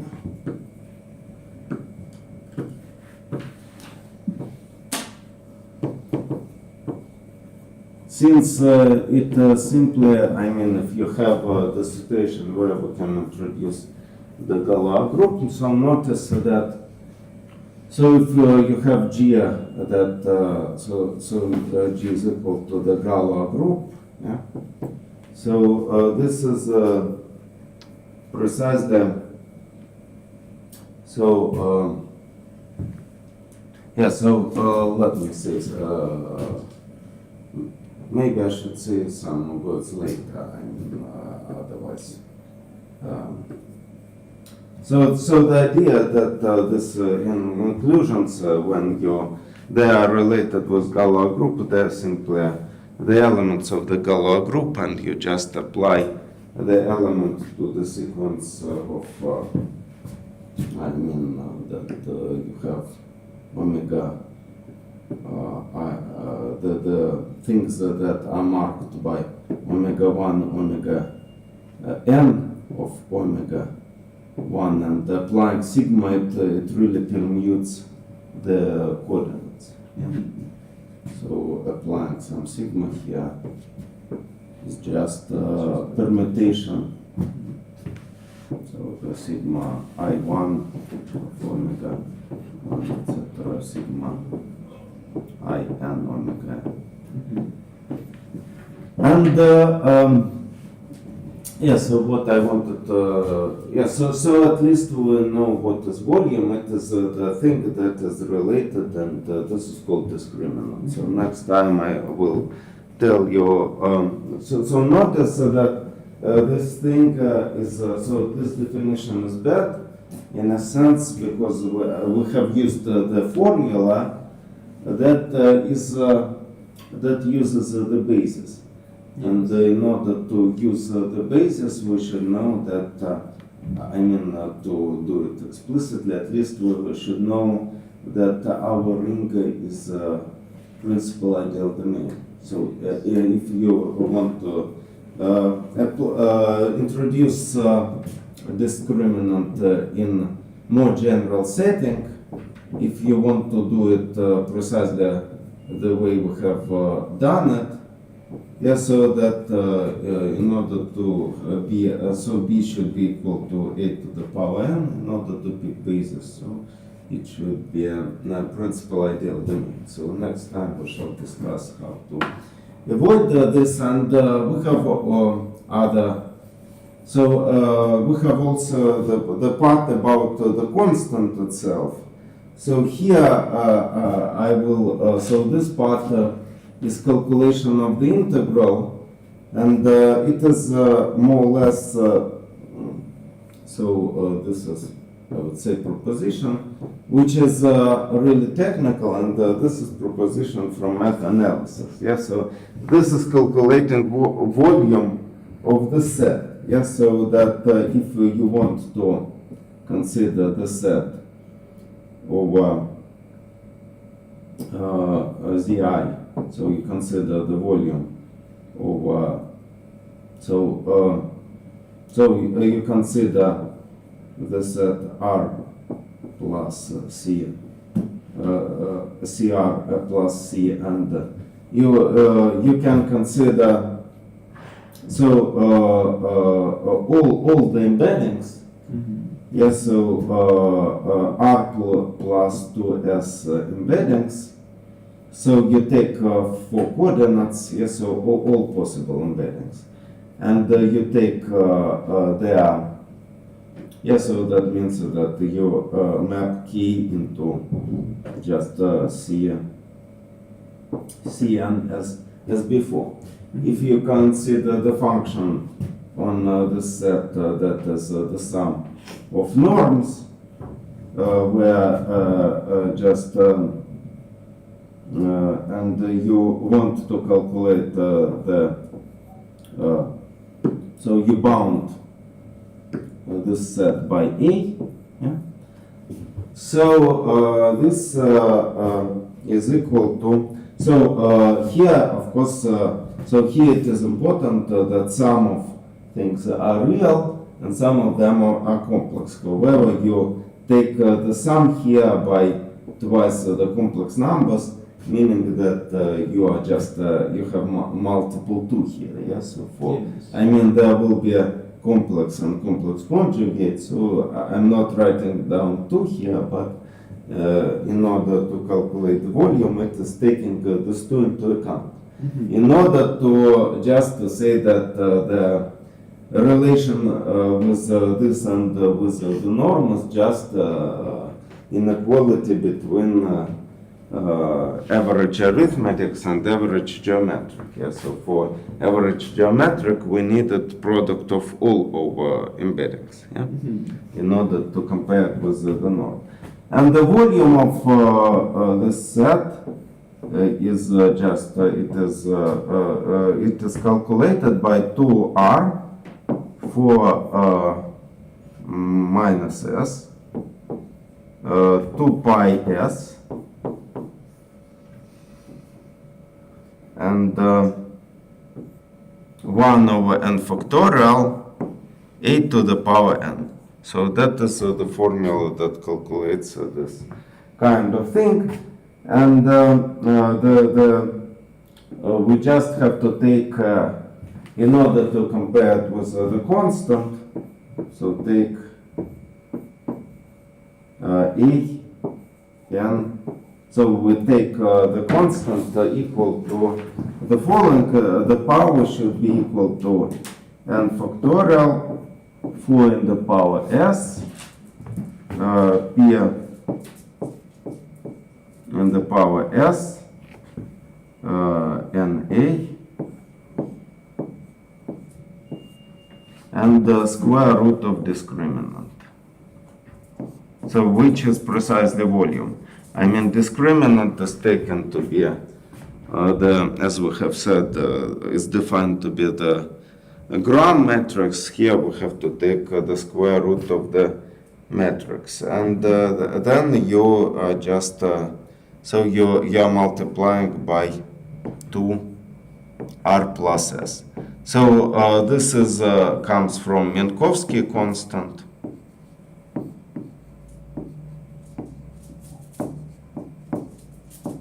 Yeah, so the constant that corresponds to the dimension. Yeah, so this figure, notice that this is actually r plus s dimensional figure. Yeah, but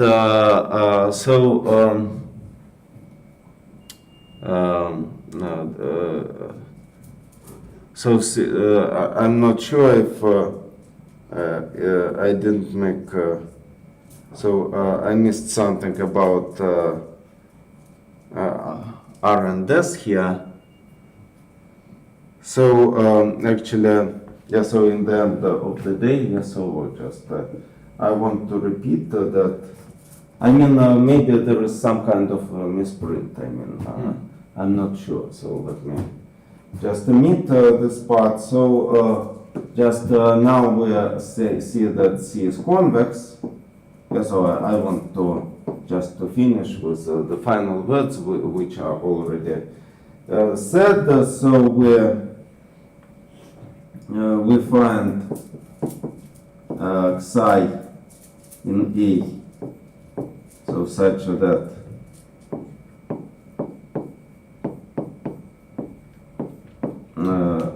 the sum of psi I sigma, where psi runs over all embeddings of K into Q bar. So the sum of norms is less or equal than A for such A for chosen A. So so we can apply Minkowski lemma. So C is equal to the set. Yeah? So apply Minkowski lemma.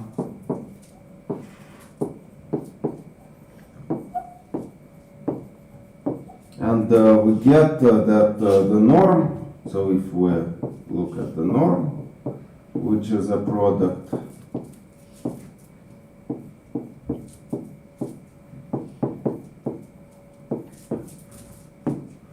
then we just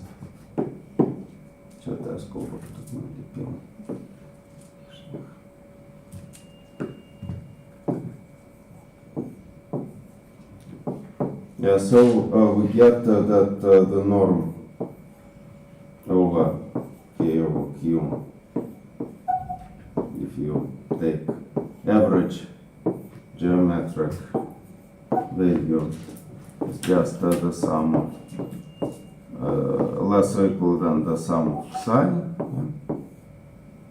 divided by n, and this gives you so that the norm itself, norm of psi,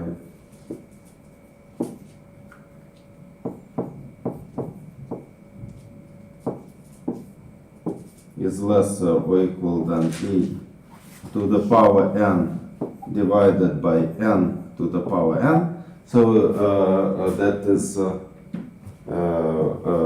just average geometric and average arithmetics, and this is just so if we write down what it is, and so here this is the right number. I mean, so I'm sure that this is correct. What I'm writing now, it can be bounded by the following: square root of discriminant of k over q. So yeah, and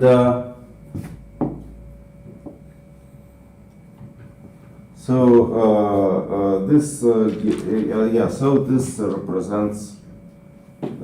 We recall that this gives you psi, and it represents as a product of A and B gives the representative for corresponding ideal. And so the thing is that these things are very, I mean, it's not easy to calculate it, but at least, so this constant, so this is precisely constant that we have to match, and so at a particular example, one can see that it is less or equal than 4. Mm-hmm. I mean, for that particular extension, and the behavior at the beginning numbers really, so at beginning primes really show that one can say that the norm should be large. So this is an application, and next time I plan. Yeah. So what is the general idea? And this actually that we have a discrete group that is acting on your set, and we are speaking about fundamental volume of the set. So for the volume of fundamental domain of the set. So the domain that after the translations by your group gamma cover the whole space. I mean, of course, so for fundamental domain there is slight